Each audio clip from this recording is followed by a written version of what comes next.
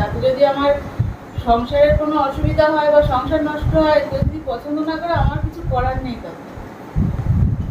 আর সত্যি কথা বলতে সংসার নষ্ট এটা হচ্ছে উপলক্ষ, এটা হচ্ছে সবার কাছে এটাই মানে সব বলে যে এরকম বিড়াল পোষে কুকুর পোষে, বিড়াল পোষে কুকুর পোষে, বিড়ালকে খেতে দিচ্ছে, এই করছে, বিড়ালের হাত মুখ পরিষ্কার করছে, হ্যাঁ এইগুলো করে বেড়ায়।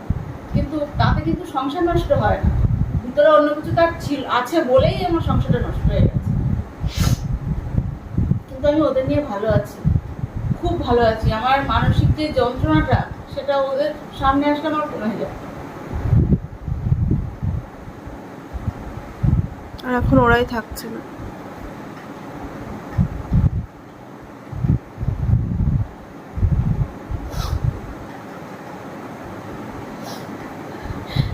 এমনকি আমাদের একটা ব্ল্যাক ডায়মন্ড ছিল, একদম ব্ল্যাক ডায়মন্ড রেখেছিল আমার মেয়ে, একদম কালো, মানে সেই মোটা সোটা লেজ ফোলা পার্সিয়ান ক্যাটের মতো দেখতে, কিন্তু দেশি বিড়ালি।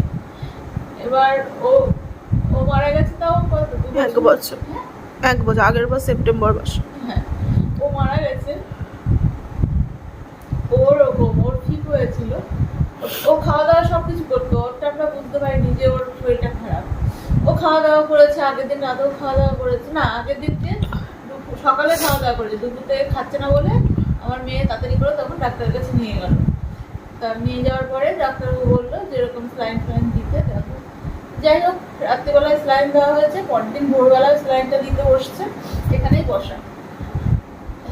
স্যালাইনটা দিতে দিতেই ও মারা গেছে। এবার মেয়ে তো কোলে নিয়ে হাওয়া করে কাঁদছে, সেটা দেখে বলছে, সেটা দেখে